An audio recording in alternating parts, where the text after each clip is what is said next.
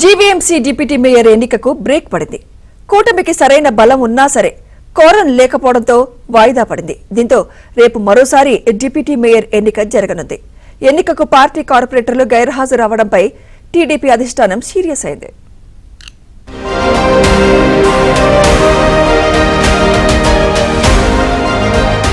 Greater Vizag municipal corporation deputy mayor ఎన్నిక వాయిదా పడింది. వైసీపీ డిప్యూటీ మేయర్ జియాని శ్రీధర్ పై కూటమి కార్పొరేటర్లు ఇటీవల అవిశ్వాస తీర్మానం ప్రవేశపెట్టిన విషయం తెలిసిందే. శ్రీధర్ అవిశ్వాసం ద్వారా వైదొలగడంతో జీవీఎంసీ డిప్యూటీ మేయర్ ఎన్నికకు ఇటీవల నోటిఫికేషన్ ఇచ్చింది. దీంతో డిప్యూటీ మేయర్ ఎన్నిక సోమవారం జరగాల్సిండగా అభ్యర్థిగా జనసేన కార్పొరేటర్ దల్లి గోవింద్ పేరును ఖరారు చేసి సీల్డ్ కవర్లో పేరును పంపింది. కానీ కౌన్సిల్లో సభ్యులు మొత్తం 74 మంది ఉంటే 54 మంది మాత్రమే హాజరయ్యారు. ఈ డిప్యూటీ మేయర్ ఎన్నికకు 56 మంది సభ్యులు అవసరమవుతారు.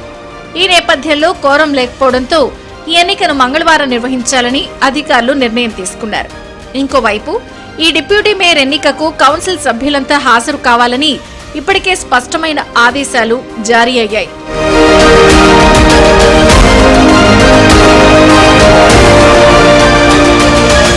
జీవీఎంసీలో తమకు కావలసినంత సంఖ్యాబలం ఉందని ఏపీ టీడీపీ అధ్యక్షుడు పల్లా శ్రీనివాసరావు స్పష్టం చేశారు.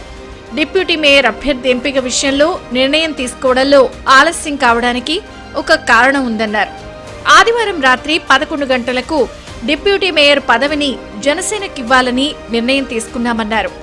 ఇక ఈ ఎన్నిక వాయిదా పడటానికి కోఆర్డినేషన్ సమస్య కూడా ఒక కారణమన్నారు. దానివల్ల కొంచెం నిర్ణయించడం లేట్ అయ్యడం వల్ల కోఆర్డినేషన్లో కొంత లోపాల వల్ల ఇదైంది. సంఖ్య అయితే ఉంది, సంఖ్య కోసం మేమే ఆందోళన చెందట్లే.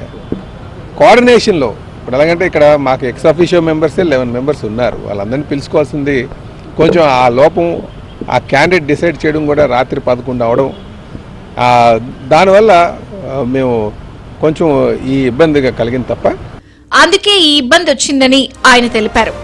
మరోవైపు విశాఖపట్నంలో జరగాల్సిన డిప్యూటీ మేయర్ ఎన్నిక వాయిదా పడడం, అందుకు పార్టీ కార్పొరేటర్లు గైర్హాజరు కారణం కావడంపై తెలుగుదేశం పార్టీ అధిష్టానం సీరియస్ అయింది. ఈ ఎన్నికకు గైర్హాజరైన వారికి నోటీసులు జారీ చేయాలని రాష్ట్ర నాయకత్వానికి టీడీపీ జాతీయ ప్రధాన కార్యదర్శి నారా లోకేష్ ఆదేశించారు. కొందరిపై చర్యలకు వెనకాడవద్దని ఈ సందర్భంగా రాష్ట్ర నాయకత్వానికి ఆయన కీలక సూచన చేశారు. మరోసారి ఈ తరహా ఘటనలు పునరావృతం కాకుండా చర్యలు తీసుకోవాలని సూచించారు.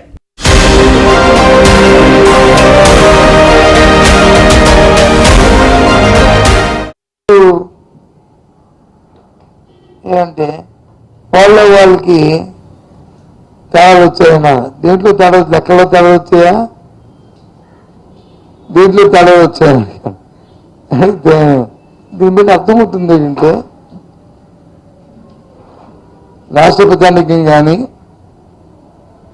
విశాఖ నగరవాసులు కానీ అందరూ అర్థం చేసుకోవాల్సింది ఏంటంటే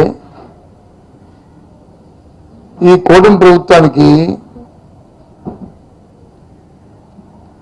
వాళ్ళకి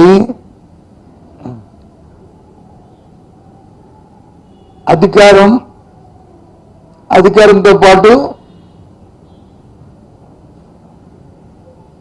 దోచుకోవడం, ఈ రెండు వాళ్ళకి అవసరం.